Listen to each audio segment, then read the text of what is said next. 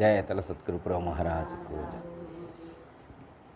ఇప్పుడు బ్రహ్మాండం ఎలా ఏర్పడిందంటే మనం ఏమంటున్నాం, బ్రహ్మము నుండి అవ్యక్తము, అవ్యక్తం నుండి మహత్వం, మహత్వం నుండి మాదంకరం, మాదంకరం నుండి పంచతన్మాత్రలు, పంచమహాభూతాల నుండి జగత్ ఏర్పడింది అంటున్నాం. ఈ చరాచర జగత్తు, ఈ విశ్వం మొత్తం కూడా అలా ఏర్పడింది అని మనం చెప్పేస్తున్నాం. అయితే ఇలా ఏర్పడిందని తెలుసుకోవటం వల్ల మనకేంటి ఉపయోగం? మనకి ఎన్నో పనులు ఉంటాయి కమ్మా. మన పనులన్నీ వదులుకొని ఇది అట్లా పుట్టింది ఇట్లా పుట్టింది అని తెలుసుకుంటే మనకేమిటి లాభం? ఎంతో కొంత ఉపయోగం వల్ల కనీసం ఆకలైంది తీరాలిగా, కనీసం దప్పికైంది తీరాలిగా, కనీసం ఒక 100 రూపాయలని రావాలిగా. ఏం ప్రయోజనం కలిగిద్దో తెలుసుకుందాం. ఏమైనా ఉపయోగం ఉంటుందా లేదా అన్నది తెలుసుకుందాం. 2 కోణాల్లో దీన్ని విచారించాలి. ఒకటి జ్ఞానం ద్వారా, 2 వైరాగ్యం ద్వారా. ఈ 2 కోణాల్లో విచారిస్తే మనకు ఒక ప్రయోజనం అనేటువంటి కలిగిద్ది లేదన్నది తెలుసుకుందాం. కలిగిందా లేదన్నది లాస్ట్లో చెప్పాలి మీరు. ఓకే. సో కామాయత బహుశ్యాం ప్రజాయేయ అని చెప్పారు. బ్రహ్మము పుట్టకముందు ఏమి లేదు. బ్రహ్మము తనంతట తానుగానే పుట్టింది. బ్రహ్మం పుట్టిన తర్వాతనే ఈ చరాచర జగత్తు మొత్తం పుట్టింది. ఓకే. బ్రహ్మం ఈ ప్రపంచాన్ని ఎందుకు సృష్టించాడు అని ఒక క్వశ్చన్ వేశారు. మనం నిన్న ఉపన్యాసం చెప్పుకున్నప్పుడు బ్రహ్మానందం పరమసుఖం, బ్రహ్మము అంటే ఆనంద స్వరూపము అని తెలుసుకున్నాం. బ్రహ్మము అంటేనే ఆనంద స్వరూపం, అందుకే ఆయన బ్రహ్మానందము అన్నాడు. బ్రహ్మమే ఆనంద స్వరూపం అని, బ్రహ్మానందం అని మనం తెలుసుకున్నాం. బ్రహ్మానంద స్వరూపం అని తెలుసుకున్నాం. ఇదైపోయింది. అయితే ఆయన ఆనంద స్వరూపుడైతే ఆయన ఆనందంగా ఉన్నాడు. ఆయన ఎలాంటి ఆనందంతో ఉన్నాడు అంటే, ఆయన వేరే ఇంకొక వస్తువు మీద కానీ వేరే ఇంకొక పదార్థం మీద కానీ ఆధారపడినటువంటి ఆనందంగా ఉన్నాడు. ఆయన ఈ సృష్టి పుట్టకముందు ఎవరున్నారు? దేవుడు. ఆయన ఒక్కడే ఉన్నాడు. ఆయన ఒక్కడే ఉన్నప్పుడు కూడా ఆనందంగానే ఉన్నాడు. ఆయన ఒక్కడే ఉన్నప్పుడు కూడా ఆనందంగానే ఉన్నాడు. కానీ ఇప్పుడు మరి ఆయన ఆనందంగా ఉంటే మరి ఏం తక్కువైందని ఇప్పుడు ఈ ప్రపంచాన్ని సృష్టించాల్సి వచ్చింది? సపోజ్ ఉదాహరణకి అంజమ్మ గారు వంకాయ కూర చేశారు, బాగుంది బాగుంది బాగుంది అన్నాడు. మరి వంకాయ కూర బాగానే ఉన్నప్పుడు మరి పప్పు కూర ఎందుకు వండమన్నారు? ఏం తక్కువైందని? మనిషికి 1/4 కేజీ లెక్క వచ్చేట్టు కూర వండిన తర్వాత ఏం చాలదని, ఏం తక్కువైందని మళ్ళీ వండమన్నారు అంటే సంథింగ్ అర్థం. అలాగే బ్రహ్మము తాను ఒక్కడే ఉండటం ఇష్టం లేక తాను అనేకంగా మారాడు అని చెప్పారు. అంటే మనం ఎందుకు ఇస్తే జన్మము పాట చదివేటువంటి సందర్భంలో ఇవే వస్తాయి అన్నమాట పదాలు. ఎందుకిస్తివి జన్మము జగదీశ్వర, నాకెందుకిస్తివి జన్మము, ఎందుకిచ్చితివయ్య మాయా మూకితంబయ్యున్న జన్మము, పొందు ఎందున లేకపోయే, ఎందు చూచిన దుఃఖమాయే, ఎందుకిస్తివి జన్మము జగదీశ్వరాన్ని, నాకెందుకిస్తివి జన్మము, చేయుటకు పని ఏమియు నీకేమి లేకను లీల కొరకై చేస్తివా, చేయుటకు పని ఏమియు నీకేమి లేకను లీల కొరకై చేస్తివా, చేయుటకు నీకేమి తోచక ఒంటరిగా నీ ఉండలేక, చేయుటకు నీకేమి తోచక ఒంటరిగా నీ ఉండలేక, మాయ కార్యము చేస్తివా మమ్మిలను ద్రోసి వేసినావా, మాయ కార్యము చేస్తివా మమ్మిలను ద్రోసి వేసినావా, ఎందుకిస్తివి జన్మము జగదీశ్వర, నాకెందుకిస్తివి జన్మము. స్వామి, ఈ జగత్తులో నాకు జన్మమిచ్చును, దీనివల్ల నాకు ఎలాంటి ఉపయోగం లేదు. పొందు ఎందున లేకపోయే, ఎందు చూచిన దుఃఖమాయే. నువ్వు ఇచ్చినటువంటి ఈ జన్మను తీసుకొని ఏదో పొందుదామని ఈ ప్రపంచం మీద ఎగేసుకొని వెళ్ళా. ఈ ప్రపంచం మీదకి ఎగేసుకొని ఎగబడి వెళ్తే ఎన్నాళ్ళైనా కానీ 60 ఏళ్ళు 70 ఏళ్ళు అయినా కానీ ఏమి లే, సంతోషం కానీ సుఖం కానీ ఆనందం కానీ ఏమీ లేదు. ఎందు చూచినా దుఃఖమాయే. ఎందుకు అంటే ఎందుకు ఇచ్చితివయ్య మాయా మోహితంబైన జన్మ. ఈ ఎట్లాంటి జన్మ, నువ్వు ఇచ్చిన జన్మ ఎట్లాంటిదంటే మాయతో కూడి ఉన్నటువంటి, మోహముతో కూడి ఉన్నటువంటి ఇట్లాంటి జన్మను నాకు ఇచ్చితే నేను గుర్తించలేకపోయా. ఇది ఇట్లాంటిదని నేను గుర్తించలేక దీన్ని వేసుకొని ప్రపంచంలో ఏదో సాధించుదాం, ఆనందాన్ని పొందుదాం అని వెళ్తే ఎందులో కూడా దీంతో వెళ్తే పొందు ఎందున లేకపోయే ఎందు చూసినా దుఃఖమే. మరి ఎందుకు ఇచ్చి నువ్వు నాయన నాకు, మరి ఇట్లాంటి ఉపయోగం లేనటువంటిది. ఏది ఇచ్చేదేదో మంచిది ఇస్తే, కాస్త ఆనందాన్ని ఇస్తే బాగానే ఉండేది. ఆనందం లేదు, దుఃఖాన్ని కలిగించేది నాకు ఎందుకు ఇచ్చి. చేయుటకు పని ఏమియు నీకేమీ లేకను లీల కొరకై చేస్తావా, నీకేం పని లేదని చెప్పి మమ్మల్ని అందరిని పుట్టించి తల్లని, తండ్రిని, అక్కని, చెల్లని, అన్నని, తమ్ముడని, భార్యని, భర్తని, ఇళ్ళని, వాకిలని, బంగారం అని, జబ్బులని ఇవన్నీ పెట్టించి మాకు నువ్వు ఆనందంగా ఉన్నవా? నీవు ఏం పని లేక ఒంటరిగా నువ్వు ఉండి మమ్మల్ని సంసారం అనేటువంటి సముద్రంలో ఇరికిచ్చి, ఈ సంసారం అనేటువంటి కోపంలో మమ్మల్ని ఇరికిచ్చి నువ్వు హ్యాపీగా ఉన్నవా? అంతే కదా.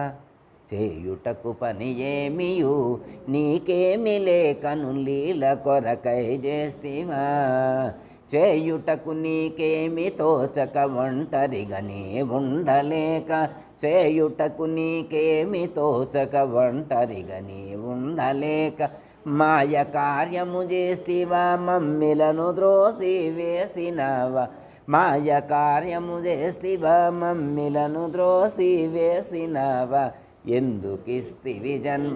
ఏనాయనా నువ్వు ఒక్కడ ఉండటం ఇష్టం లేక అవ్యక్తమైతి, మహత్వమైతి, మహదాంకారమై, పంచతన్మాత్రలు, పంచభూతాలు, జగత్తే ఇంత ప్రపంచాన్ని సృష్టించి అందులో మమ్మల్ని పడేసి రోకల మండి తీసుకొని దంచినట్టు దంచుతున్న రోట్లో వేసి ఏమి నాయనా ఏం సుఖం లేదు, నువ్వు మమ్మల్ని వదిలేసినా బాగానే ఉండేదే అని అడిగిండాను. ఎవరు? పుట్టిన మనిషి. ఈ లోకంలో పుట్టిన మనిషి దుఃఖం కలిగినప్పుడు, బాధ కలిగినప్పుడు నన్ను ఎందుకు పుట్టించినవా అన్నాడు. ఎవరిని? పుట్టించిన ఆయన్ని. ఆయన ఏమన్నాడంటే, మరి ఈయన సమాధానం చెప్పాలి కదా, ఈయన సమాధానం చెప్పాలి. ఈయన ఏమన్నాడంటే, అసలు నేను నిన్ను పుట్టిలేదన్నాడు. నేను నిన్ను పుట్టిన, నేనే అవ్యక్తమయ్యా, నేనే మహత్తయ్యా, నేనే మహదాంకారమయ్యా, నేనే పంచతన్మాత్రకులయ్యా, నేనే పంచభూతాలయ్యా, నేనే పంచదేవతలు, పంచబీజాలు, పంచశక్తులు, పంచతన్మాత్రకులు, పంచభూతాలై జగత్తుగా మారింది నేనే, అనాత్మగా ఉన్నది నేనే, విరాట్గా ఉంది నేనే, విశ్వరూపంగా ఉంది నేను, అంతా నేనే. అసలు నువ్వు లేనేలేవు, అసలు నిన్ను పుట్టిలా. నా యొక్క లీల కోసం, నా యొక్క ఎంటర్టైన్మెంట్ కోసం, నా యొక్క ఆనందం కోసం నేనే ఈ జగత్తుగా మారా. ఎంత మారా అన్నాడు? త్రిపాదస్య అమృతం దివ్య అన్నాడు. పరమాత్మ, ఈ బ్రహ్మము తనని 4 భాగాలుగా విభజించారు. బ్రహ్మమును మన ఋషులు ఎలా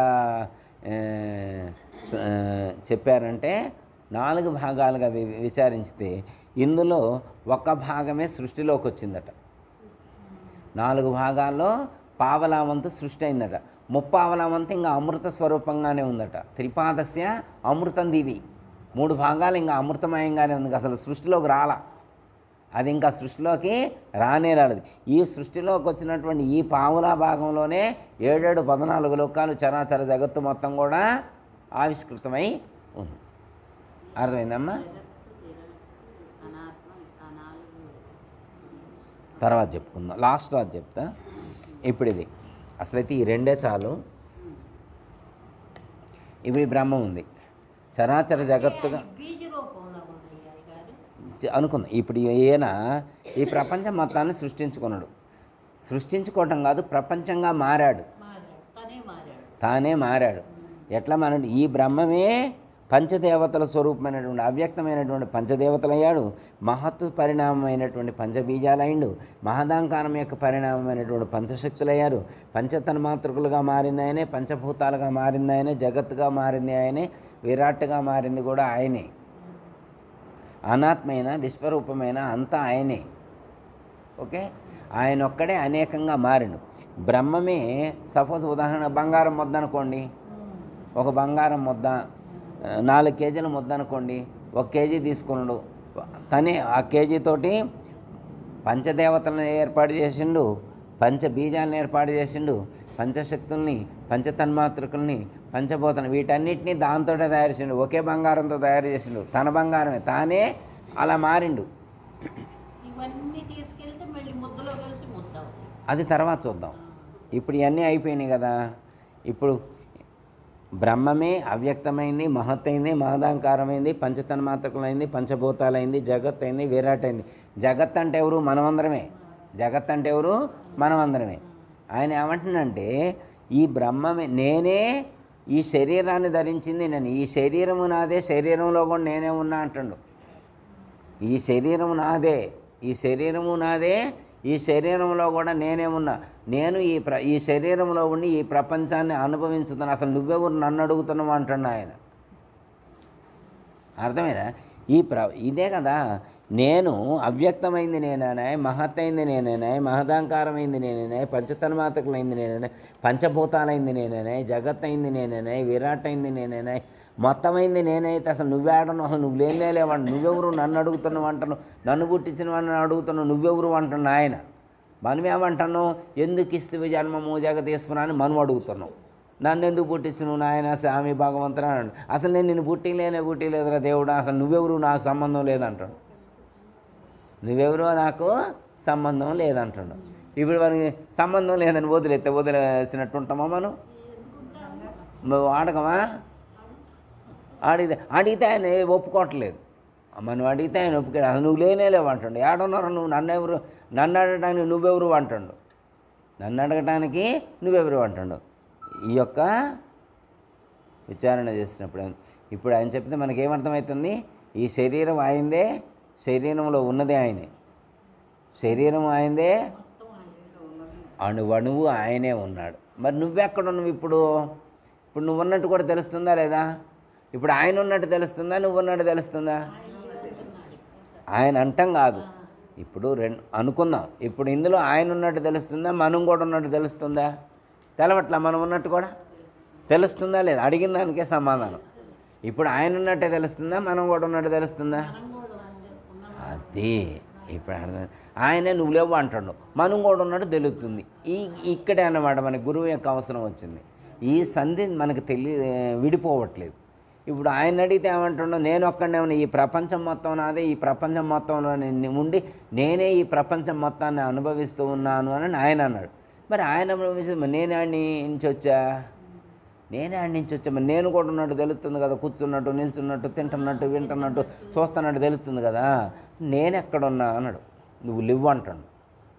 ఉన్నా అని మనం అంటున్నావు, నువ్వు అబద్ధమని ఆయన అబద్ధం అంటున్నావు. అసలు నువ్వే లేవురా బాబు, మొత్తం నేనే ఉన్నా అని మనం అంటున్నాం. కానీ ఆయన ఏమంటాడు, నువ్వు లేవు నేనే ఉన్నానని ఆయన అంటాడు. పోటీ పడుతుందన్న, మనకి ఆయనకి పోటీ పడుతుంది. ఈ తగువు తీర్చడం కోసం, మనకి ఆయనకున్న తగువు తీర్చడం కోసం గురువుగారి దగ్గరకు పోయినాం. మనకి ఆయనకున్నటువంటి తగువు తీర్చడం కోసం గురువుగారి దగ్గరకు పోతే గురువుగారు మన ఇద్దరు పంచాయతీ తీర్చుతారు. ఏమని చెప్పిన గురువుగారు? ఏమని చెప్పిన? మనం ఆయన కంటే వేరుగా లేమట. ఏం చెప్పాడు గురువుగారు? ఏం చెప్పిండు?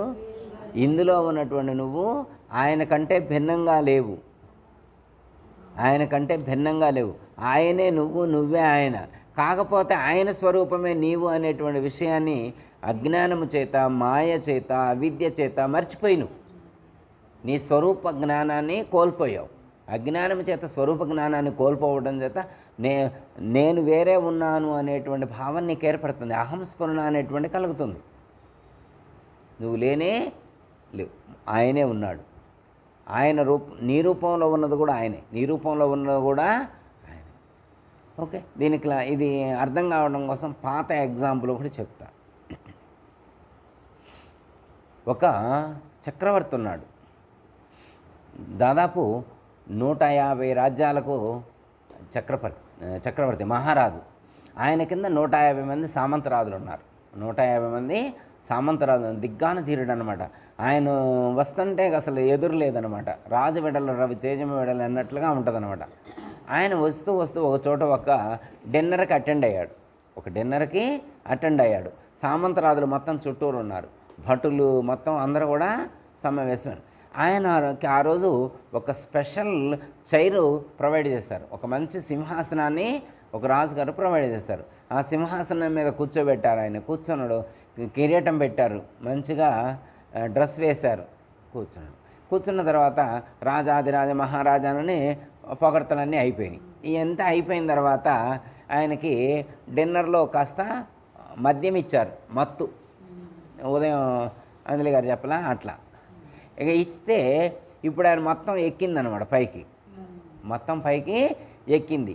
ఎక్కిన తర్వాత ఏమైంది, ఇప్పుడు ఆ సింహాసనం మీద నుంచి కూర్చొని కింద కూర్చున్నాడు దిగి. ఆ సింహాసనం మీద నుంచి దిగి ఇప్పుడు ఎక్కడ కూర్చున్నాడు, కింద కూర్చున్నాడు. కింద కూర్చుంటే ఆ రాజులందరూ వాళ్ళందరూ వచ్చి, సామంత రాజులందరూ వచ్చి, ఏ స్వామి మీరు కిందెందుకు కూర్చున్నారు, మీరు మామూలు కాదు, రాజాదిరాజులు, ఇంతమంది సామంత రాజులు ఉన్నారు, ఇంత పెద్ద సామ్రాజ్యం విస్తరించింది మీది, మీరు మామూలు కాదు, మీరు పైన కూర్చోండి, సింహాసనం మీద కూర్చోన్నాడు. నేను కాదు, నేను మామూలు మనిషినే, నేను నాకు అసలు సింహాసనమే లేదు, నేను రాజునేం కాదు, నేను కూడా బంటునే అని చెప్పి కింద కూర్చొని పొర్లుతున్నాడు. మరి వీళ్ళందరూ పట్టుకోవడానికి భయపడుతున్నారు ఆయన, ఎందుకని మహారాజా మరి ఆయన నటించుతున్నాడో నిజంగా జీవించుతున్నాడో తెలియదు కదా, పట్టుకోవడానికి భయపడుతున్నారు. సామంతరాజులే భయపడుతున్నారు, ఇక భట్టుల్లో ఎవడి దగ్గరకు పోతారో పోడు. ఇక అప్పుడు అటుగా ఒక గురువుగారు వెళ్తున్నాడు, వెళ్ళాడు. అప్పుడు గురువుగారిని ఆశ్రయించారు. స్వామి మా పరిస్థితి ఇట్లా గందరగోళంగా ఉంది, మేము పట్టుకోవడం సాహసం కూడా చేయలేకపోతున్నాం, ఏదైనా మీరే పరిష్కారం చూడాలన్నారు. పర్లేదులే నాయనా, నేను చెప్తే ఇంటలే, వాడు నా శిష్యుడే కదా అని చెప్పి వచ్చాడు. వచ్చి 4 నిమ్మకాయలు చేస్తారమ్మన్నాడు, 10 బిందెలు నీళ్లు చేస్తారమ్మన్నాడు. ముందు నిమ్మకాయలు గట్టిగా పట్టుకొని నిమ్మకాయలు మొత్తం నెత్తిని రుద్ది 10 బిందెలు 1 2 3 1 by 1 మొత్తం పోశారు. మొత్తం దిగిపోయింది. ఎవడురా నన్ను కింద కూర్చోబెట్టింది అంటాడు. ఎవడురా నన్ను కిందకు, ఇప్పుడు ఎవరు నీళ్లు పోసారు ఏంది అంటాడు. నాకు నీళ్ళు ఎందుకు పోసారు, ఏం చేశాను. అప్పుడు వెంటనే కొత్త డ్రెస్ తీసుకొచ్చేసారు. ఇప్పుడు మళ్ళీ వెళ్ళి సింహాసనం మీద కూర్చున్నాడు. మరి ఇందాక ఆయన రాజు కాదా, ఇందాక రాజే కదా, మరి ఇందాక రాజు అయితే కింద ఎందుకు కూర్చున్నాడు, ఎందుకు కూర్చున్నాడు అంటే, నేను రాజు మత్తు ఎక్కినటువంటి కారణం చేత, ఆ మద్యం సేవించి మత్తు ఎక్కిన కారణం చేత స్వరూప జ్ఞానాన్ని కోల్పోయిండు. నేను రాజుని అనేటువంటి విషయాన్ని కోల్పోయిండు, అందుచేత కింద కూర్చున్నాడు. అందుకోసం కింద పడి దొరుకుతున్నాడు అనమాట. ఇప్పుడు ఏం చేశారు, గురువుగారు వచ్చి ఏం చేసిండు, ఆ మత్తు వదిలిచ్చిండు. ఆ మత్తు వదిలిస్తే ఆయన చెప్పాల, వాడంతా వాడే సింహాసనం మీద కూర్చున్నాడు. ఆ మత్తు దిగిన తర్వాత వాడంతా వాడే సింహాసనం మీద కూర్చోడు. అర్థమైందా? అలాగే మనం కూడా ఒక అజ్ఞానం అనేటువంటి మత్తులో ఉండి మన స్వరూపాన్ని తెలుసుకోలేక, నేను పుట్టేవాడిని, నేను పెరిగేవాడిని, నేను నశించేటువంటి వాడిని, నేను అన్నం తినేవాడిని, కూర తినేటువంటి వాడిని, రక్తం ఈ చీము రక్తం ఉన్నటువంటి వాడిని, కోపతాపాలు ఉన్నటువంటి వాడిని, నేను దేవుణ్ణి ఎట్లా అవుతా, నేను దేవుణ్ణి కాదు అని చెప్పి ఒక మత్తులో ఉన్నాడు. అర్థమైందమ్మా? గురువు అజ్ఞానం అనేటువంటి గంగను వాడి నెత్తి మీద పోసి వాడికి ఉన్నటువంటి అజ్ఞానం అనేటువంటి మత్తును వదిలించినప్పుడు అప్పుడు వాడేమంటాడు, అహం బ్రహ్మస్మి అంటాడు. అహం బ్రహ్మమే నేను, నేనే బ్రహ్మమే నేను అంటే, ఇప్పుడు మనం ఉపదేశం తీసుకోకముందు కూడా బ్రహ్మమే, ఉపదేశం తీసుకున్న తర్వాతనే కదా, ఉపదేశం తీసుకోకముందు ఆత్మస్వరూపమే, ఉపదేశం తీసుకున్న తర్వాత కూడా ఆత్మస్వరూపమే, ముందు వెనక. ఆయనకి ఆ రాజుగారికి మత్తులో ఉండి కింద కూర్చున్నప్పుడు ఆయన రాజే, మత్తు విడిపోయి సింహాసనం మీద కూర్చున్నప్పుడు రాజే. ఎప్పుడు ఆయన రాజే, ఆయన అప్పుడు రాజే, ఇప్పుడు రాజే. మనం కూడా అప్పుడు పరమాత్మ స్వరూపమే, ఇప్పుడు పరమాత్మ స్వరూపమే, ఎప్పుడు మనం పరమాత్మ స్వరూపమే. ఓకే, ఈ జ్ఞానం దృఢమైతే ఇంకప్పుడు మనం దేనికి చింతించాల్సినటువంటి అవసరం లేదు. నేను పుట్టేవాడిని, పెరిగేవాడిని, నశించేవాడిని అనేటువంటి ఆ యొక్క బాధ కానీ దుఃఖం కానీ ఉండదు. అర్థమైందమ్మా?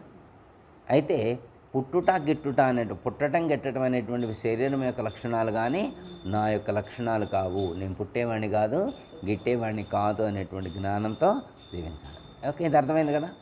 ఒకటి, ఇది బ్రహ్మాండ పంచ ఉపకరణ పెట్టుకోవడం వల్ల ఏమర్థం అవుతుందంటే, నేను బ్రహ్మము ఈ బ్రహ్మాండం మొత్తం పరమాత్మ స్వరూపమే, నేను కూడా బ్రహ్మమే అనేటువంటి జ్ఞానం దృఢమవుతుంది. ఏదర్థమైంది కదా. నెక్స్ట్ ఇంకొక కోణంలో చెప్పుకున్నాక బోధనాలు చేద్దాం. ఓకే, ఇంకొక కోణం వైరాగ్యం. ఇంకొకటి ఏంటంటే వైరాగ్యం కోణం. ఈ లోకంలో మనం శరీరాన్ని ఎందుకు ధరించాము అంటే కర్మఫలాన్ని అనుభవించడం కోసం. అసలు లేకపోతే అసలు శరీరాన్ని ధరించవలసిన అవసరం లేదు. మనకి కాదర్ మస్తాన్ గారు అనుకుంటా ఒక పాట రాస్తారు. జీవుడు ఏ ఆధారం చేత ఈ శరీరంలో ఉన్నాడు, జీవుడు ఎందుచేత ఈ శరీరాన్ని విడిచిపెడుతున్నాడు. గురుడు అనే పేరు ముందని తత్వంలో రాసింది.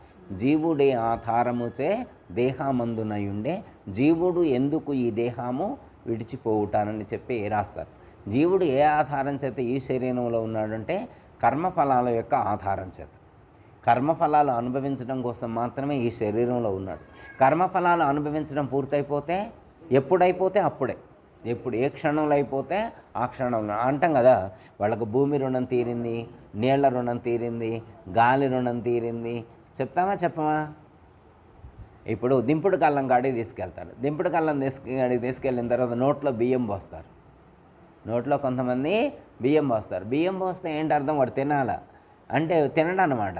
లోపలికి పోవు, గింజ ఒక్కడు కూడా అంటే వాడి గింజలు లేవు. అప్పుడేమన్నా వాడికి గడ్డి గింజలు లేవు, భూమి మీద గడ్డి గింజలు లేవు. భూమి మీద గడ్డి గింజలు పెట్టినా తింటలేదు వాడు. బియ్యం నోట్లో పోసిన తినరా, నోట్లో పోసినా కానీ తింటలేదు. అర్థమైందమ్మా? అంటే రుణం తీరిపోతే, భూమి రుణం తీరిపోయినా, నీళ్ళ రుణం తీరిపోయినా, గాలి రుణం తీరిపోయినా, పదార్థాల యొక్క రుణం మొత్తం కూడా తీరిపోతే ఈ శరీరంలో ఉండడు వాడు. ఈ శరీరాన్ని విడిచిపెట్టి వెళ్ళిపోతాడు. ఓకే, మనకు అర్థమైంది. మనం ఈ శరీరంలో ఎందుకున్నామంటే గత జన్మలలో చేసినటువంటి కర్మఫలాలను అనుభవించడం కోసం ఈరోజు ఈ శరీరాన్ని మనం ధరించి వచ్చాం. ఓకే, ఎంతవరకు ఉంటాము, ఎప్పటి వరకు ఉంటామంటే ఎప్పుడైతే అనుభవించడం పూర్తయిపోయిందో ఆ క్షణంలోనే, ఎప్పుడు కర్మఫలాన్ని అనుభవించడం పూర్తయిపోయిందో అప్పుడు ఆ క్షణంలోనే ఈ శరీరాన్ని విడిచిపెట్టి వెళ్ళిపోతాం. ఓకే కదా. టైం లేదు. కర్మఫలం అనుభవించడమే ప్రామాణికం. దీనికి ముసలోళ్ళు కావాలని రూల్ ఏమి లేదు. ముసలోళ్ళు కావాలని లేదు. ఏ క్షణంలో అయితే ఆ క్షణంలోనే. 10 ఏళ్ళకైతే 10 ఏళ్ళకే, 25 ఏళ్ళకైతే 25 ఏళ్ళకే, 30 ఏళ్ళకైతే 30 ఏళ్ళకే, 115 అయితే 115కి, 150 నుండి కూడా ఉండొచ్చు. వాడు అదృష్టం, వాడు కర్మఫలం ఎంత ఉంటే అంత. అర్థమైందమ్మా? అయితే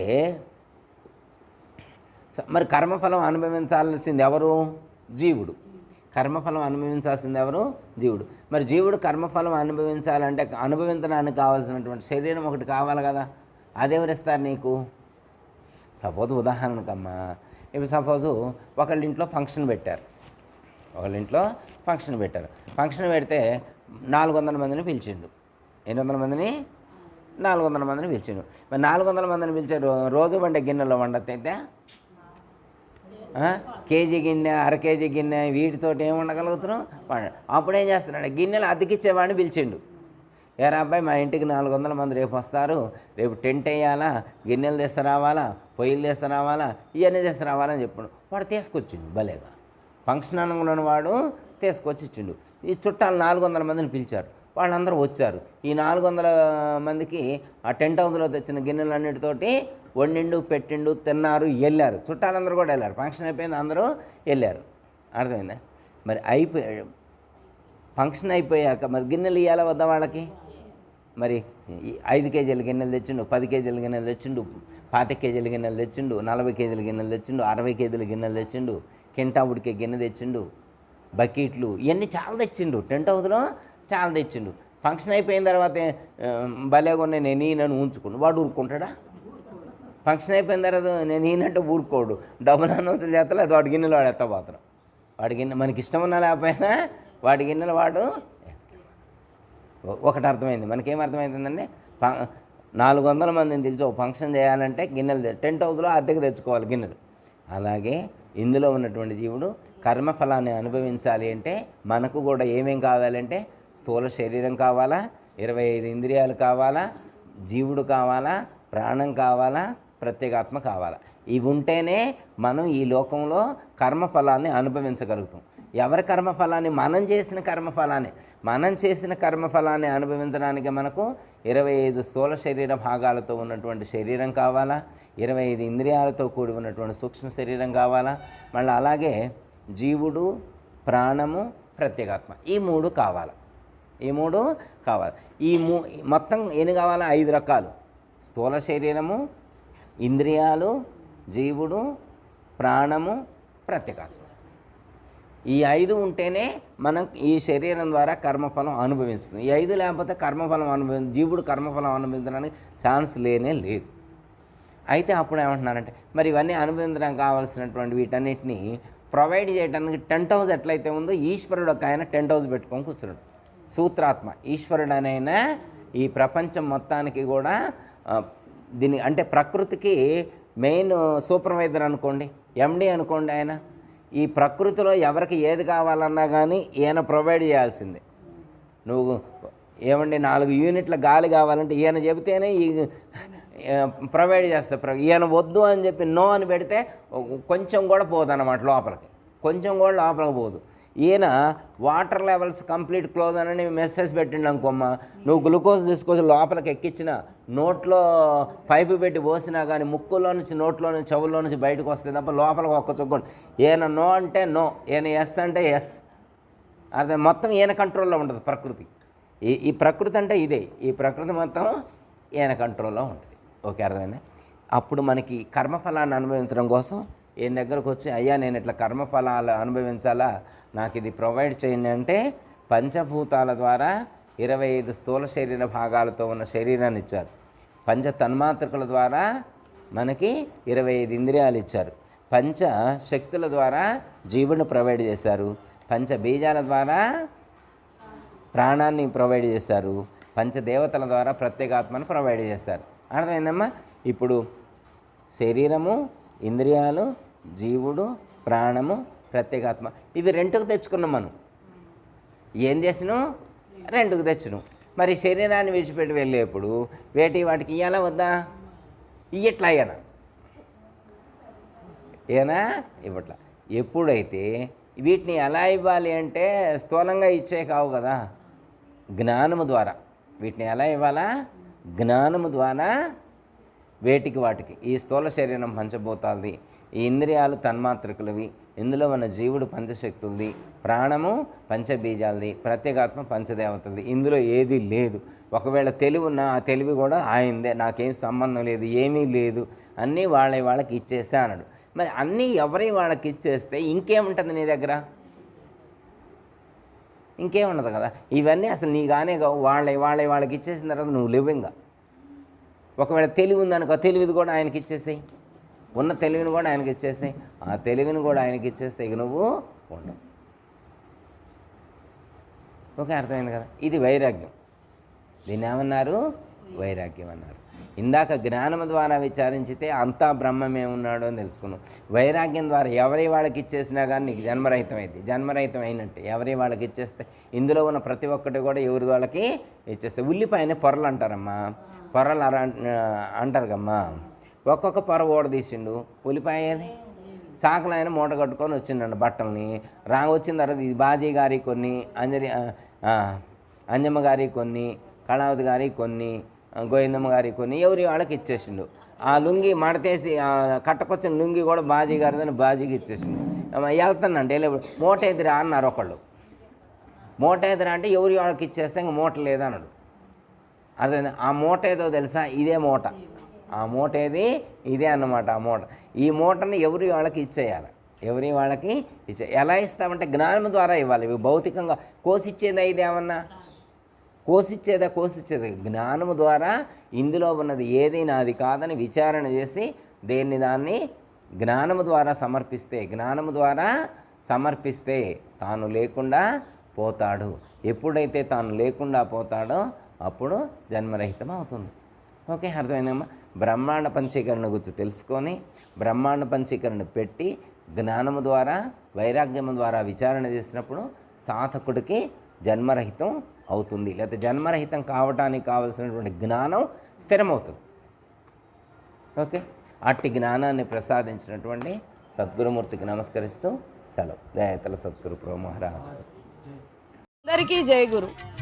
మరిన్ని ఆధ్యాత్మిక రహస్యాల కోసం అచల బోధ, ఆత్మబోధ, భగవద్గీత, అలాగే పండుగల్లో దాగిన అర్థాలు, అంతరార్థాల కోసం మరియు యోగము, ధ్యానము మొదలైన అనేక ఆధ్యాత్మిక తెలుగు ప్రవచనాల కోసం క్రింద ఉన్నటువంటి రెడ్ కలర్ సబ్స్క్రైబ్ బటన్ను క్లిక్ చేయండి. అలాగే ప్రక్కనే ఉన్నటువంటి గంట సింబల్ను నొక్కండి. అలాగే ఈ వీడియో మీకు నచ్చినట్లయితే లైక్ చేయండి మరియు షేర్ చేయండి. జై గురు.